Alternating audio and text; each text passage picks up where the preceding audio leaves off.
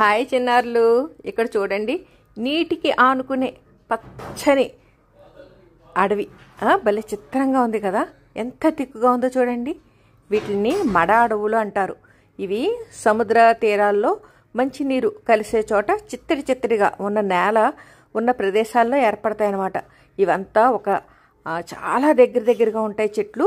ఆ వేరు వ్యవస్థ కూడా మనకి పైకి పొడుచుకొచ్చినట్టుగా ఉంటాయి వేర్లు. ఎందుకంటే ఈ చిత్తడిగా నేల తడిగా ఉండడంతో ఆ మొక్కలకి ఆక్సిజన్ అందడం కోసం ఆ వేర్లు బయటికి అలా పొడుచుకొచ్చినట్టుగా ఉంటాయన్నమాట.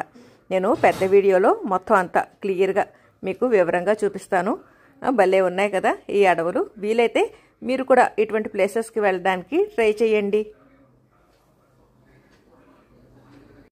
మడ అడవులు చూసేందుకు చాలా అందంగా, మన భూమి మీద ఇన్ని కొత్త ప్రదేశాలు ఉన్నాయా అనే ఆశ్చర్య గొలిపేలాగా ఉంటాయి.